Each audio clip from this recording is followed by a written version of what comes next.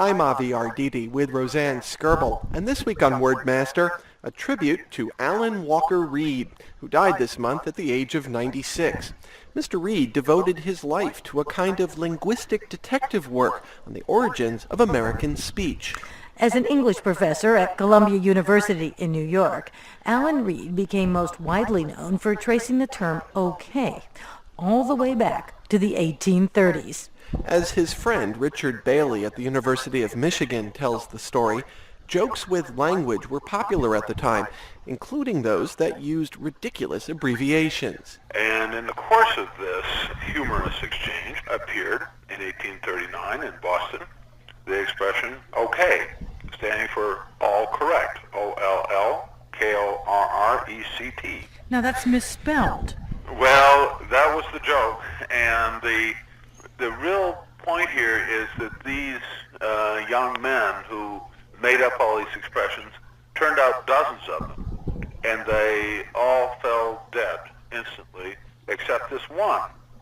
And it was picked up just very soon after that by the campaign for the President of the United States, Martin Van Buren. Now, Van Buren lived in Kinderhook, New York, so they called him Old Kinderhook. Now, the reason that they could do this is that okay was still around and had a kind of slangy, fresh, exciting quality to it. So these political advisors seized on the okay and made use of it. And that's what people have done ever since. But why did it have such staying powers? Well, there actually isn't an answer to that. Of course, it's short and easy to remember, but that would describe lots of creations. This is the one that succeeded, and one of Alan Walker Reed's wonderful essays is about the folklore of okay and the fanciful tales that people have thought up to explain it. But he actually was the one to actually go back and take a down. look and pin it down and actually That's right. put a date on it. That's right, and of course the contest is still open to all comers. Anybody who wants to go and find an example of okay before March 23rd, 1839 will win the prize. Which is? Well, being the okay expert. Now, the okay has made its way around the world. I mean, I've heard it described as the first truly global term or word or whatever you want to call it. That's exactly right. It's everywhere in the English-speaking world and in almost all languages of the world. When you see in Asia garments with okay printed on them, it's because it somehow expresses this American freshness and flavor. What Alan Reed wanted to do was to say this is so typically American. We asked Richard Bailey what he considers the legacy of Alan Walker Reed's work in researching the history of American English. Alan loved to talk about what he called the play spirit in language and the way people express joy through fooling with words.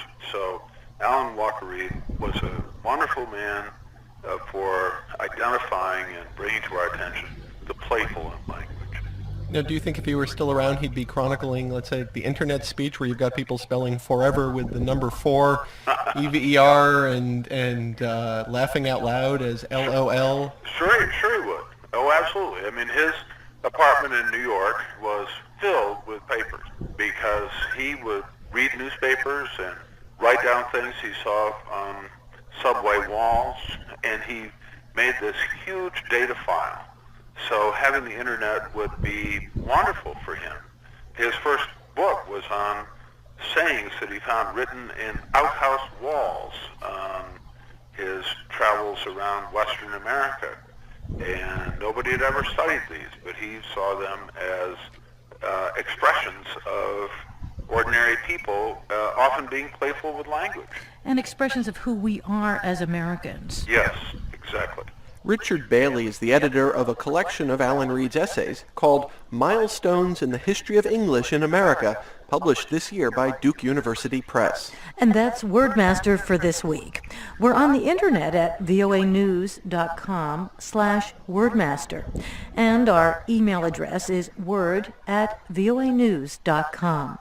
With Avi Arditi, I'm Roseanne Skirble.